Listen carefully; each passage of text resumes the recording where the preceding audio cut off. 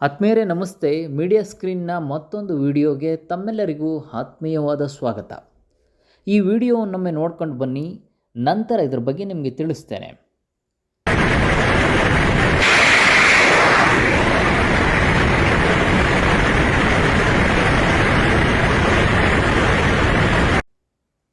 ಆತ್ಮೀಯರೇ ನೋಡಿದ್ರಲ್ಲ ಈ ದೃಶ್ಯ ಹೇಗಿದೆ ಎಂದು. ಇದು ಬೇರೇನೂ ಅಲ್ಲ, NASM-SR ಅಂದರೆ ನೇವಲ್ ಆ್ಯಂಟಿ-ಶಿಪ್ ಮಿಸೈಲ್ನ ಟೆಸ್ಟಿಂಗ್ ದೃಶ್ಯ. ಇದನ್ನು ನಮ್ಮ DRDO ಪರೀಕ್ಷಾರ್ಥವಾಗಿ ಫೆಬ್ರವರಿ 25, 2025ರಂದು ITR ಚಂಡೀಪುರದಲ್ಲಿ ಪ್ರಯೋಗ ಮಾಡಿದೆ.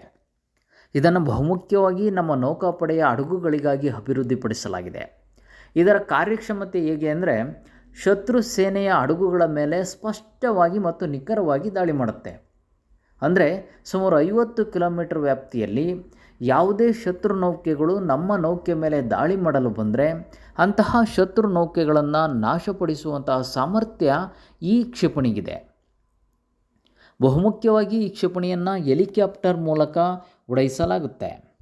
ಅಂದರೆ ನಮ್ಮ ಬೃಹತ್ ನೌಕಾಪಡೆಗಳ ಹಡಗುಗಳಲ್ಲಿ ಯುದ್ಧ ಹೆಲಿಕಾಪ್ಟರ್ಗಳು ಕೂಡ ಇರುತ್ತವೆ. ಇವುಗಳ ಮೂಲಕ ಕ್ಷಿಪಣಿಯನ್ನು ಉಡಾಯಿಸಲಾಗುತ್ತೆ. ಇನ್ನು ಈ ಕ್ಷಿಪಣಿಗೆ 2 ಪ್ರೊಪೆಲೆಂಟ್ ರಾಕೆಟ್ ಮೋಟರನ್ನು ಅಳವಡಿಸಲಾಗಿದೆ.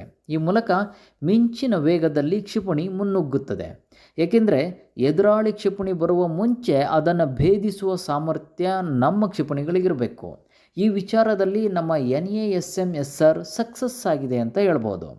ಇನ್ನು ಈ ಕ್ಷಿಪಣಿ 3.6 ಮೀಟರ್ ಉದ್ದವಿದ್ದು ಇದರ ವ್ಯಾಸ 300 ಮಿಲಿಮೀಟರ್ ಮತ್ತು ತೂಕ ಸುಮಾರು 380 kg ಇದೆ.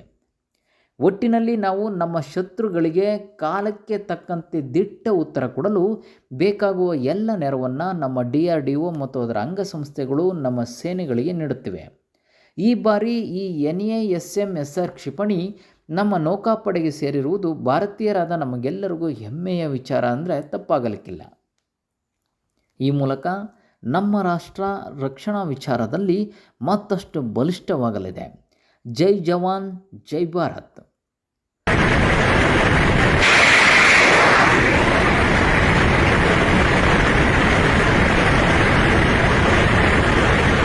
ಆದ್ಮೇಲೆ ಇದೇ ರೀತಿಯ ಮತ್ತಷ್ಟು ವಿಡಿಯೋಗಳಿಗಾಗಿ ಮೀಡಿಯಾ ಸ್ಕ್ರೀನ್ಗೆ ಸಬ್ಸ್ಕ್ರೈಬ್ ಮಾಡಿಕೊಳ್ಳಿ. ನಿರಂತರ ಸಂಪರ್ಕದಲ್ಲಿರಲು ಬೆಲ್ ಐಕಾನ್ನನ್ನು ಕ್ಲಿಕ್ ಮಾಡಿ. ಬೆಂಬಲಿಸಿ. ಧನ್ಯವಾದಗಳು.